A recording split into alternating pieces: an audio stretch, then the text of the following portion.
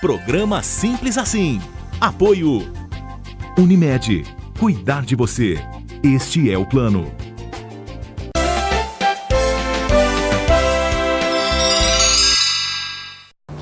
Pedra no rim ou cálculo renal, quando a gente ouve alguém falar disso, já logo imagina aquela dor horrorosa. Enfim, o que são, afinal de contas, essas pedras ou estes cálculos?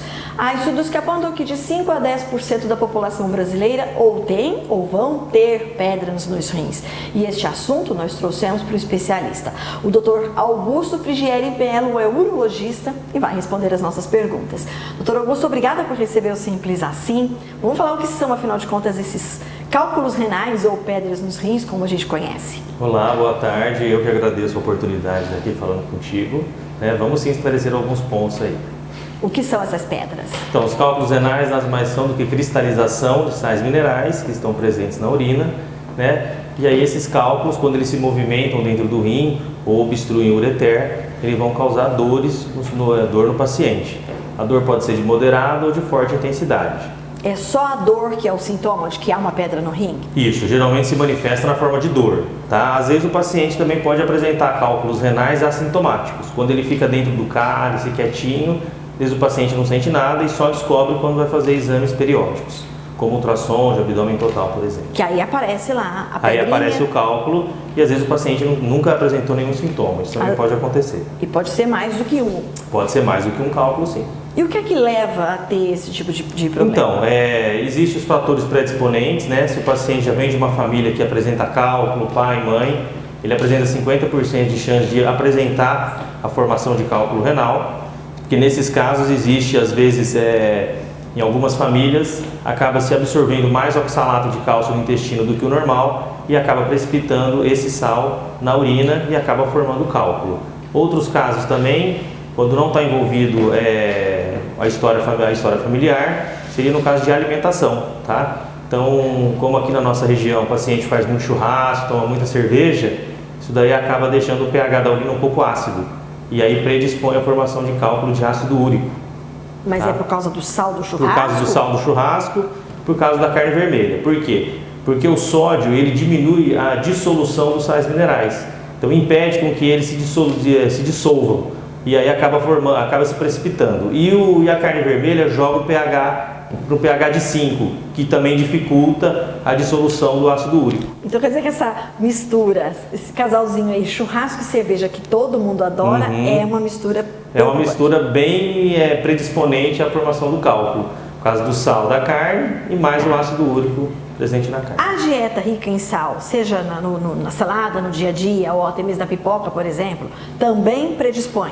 Também predispõe. Por exemplo, quem tem predisposição a formar os cálculos renais, pode ingerir de 3 a 5 gramas de sódio por dia, já contando o sódio incluído nos alimentos. Isso. Tá. Então, quem tem cálculo renal, eu oriento a consumir o sal rosa ou o sal light. E aí tem gente que bota sal na cerveja. Não, isso não seria bom, E os isotônicos, doutor Augusto? Então, os isotônicos só tem realmente indicação para quem realiza atividade física e durante a atividade física acaba tendo uma grande transpiração. Tá. E daí, nesse caso, o isotônico vai repor os sais que foram perdidos. Se o paciente não transpira, é melhor consumir com moderação, porque pode aumentar o sódio aí no sangue, e predispor à formação do cálculo. Há quem diga também que o adulto não deveria tomar tanto leite, porque o leite teria também componentes que facilitariam a formação de cálculo renal. Isso é verdadeiro? Isso é verdadeiro só se o paciente consumir uma quantidade muito elevada de leite, em torno de 1 litro por dia. Ah, tá. Agora, um copo de leite não seria suficiente para formar um cálculo. Não seria, então, essa a razão da pessoa ter um cálculo? Não seria a razão, não. Tá. O cálculo renal é mais comum em homens ou em mulheres? Olha, acho que a incidência é um pouquinho maior nas mulheres do que nos homens, proporção de 2 para 1. Mais nas mulheres? Mas depende muito da referência que você usa, tá? Geralmente em torno de 50% para cada lado, alguns trabalhos 60% de um lado, 50% para o outro, então é mais ou menos igual, tá? Nós estamos aí próximos do verão. E é verdade que o verão também é um fator que ajuda a ter mais crises de rinite? Com certeza, como a gente vive num país tropical e aqui principalmente na nossa região que faz calor praticamente o ano inteiro, né, ocorre mais desidratação, o paciente se desidrata mais e com isso favorece a precipitação dos sais minerais na urina e aí acaba se formando o cálculo. Por isso que é interessante também beber 2 litros de água todos os dias, porque o ideal é que você urine em torno de 2 litros de água. Beber 2 litros no mínimo? No mínimo, de 2 litros a 2,5 litros, para você ter uma diurese em torno de 2 litros. Porque quem bebe pouca água também está predisposto a ter pedra nos rins. Também está predisposto a ter pedra. E além de beber muita água, de evitar o sal na comida, o que mais é possível fazer para prevenir os cálculos renais? Então, tomar sucos cítricos, tá? Principalmente de laranja e de limão, uma proporção aí de pelo menos meio litro por dia, mas tem que ser natural. Diminuir a ingesta de sal, suco de saquinho, refrigerante, molho shoyu, caldo quinor, sazon. Tudo isso daí tem bastante sódio, produtos industrializados, tá? Então dá uma boa diminuída.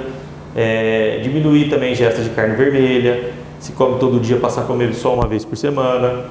A carne vermelha uma vez só por semana? Se está formando muito cálculo, com certeza sim. Essa é uma dieta para quem, tem cálculos. Para quem quer prevenir os cálculos renais, já tem uma predisposição a formar. Outra coisa, se está formando muito cálculo de oxalato de cálcio, diminuir a ingesta de espinafre, de batata doce, de chocolate, que também aumenta o oxalato no sangue. Tá? E uma vez que eu tenho a pedra, eu vou tratar de que jeito? Então, se você tem o cálculo renal, aí você vai ter que fazer uma restrição da parte alimentar, na parte da dieta, né? Restringir algumas coisas, está se hidratando bastante, tomando 2 litros de água por dia. Em alguns casos, quando a formação é muito intensa, aí precisa fazer exames mais detalhados, como o exame de urina de 24 horas, né? O ultrassom, e aí tratar de acordo com os exames. Por exemplo, eu já ouvi falar que aquela que quebra a pedra com laser. Isso, existe. Essa é a litotripsia. Isso, a litotripsia tem indicação para os pacientes que apresentam cálculo de 5 milímetros a 20 milímetros, tá? E pacientes que estejam sentindo dor, pelo menos um desconforto. Aí para esses pacientes tem esse tratamento, é um tratamento muito bem indicado, né? É um tratamento que não é invasivo, tem uma resolução em torno de 70% a 80% dos cálculos que são submetidos ao tratamento e depois de algum tempinho o paciente elimina esses cálculos na urina. E aí os tais chá de quebra-pedra, chá de picão, não sei das quantas, tem eficácia? Então, o chá, de uma maneira geral, tem alguns deles que têm propriedades diuréticas.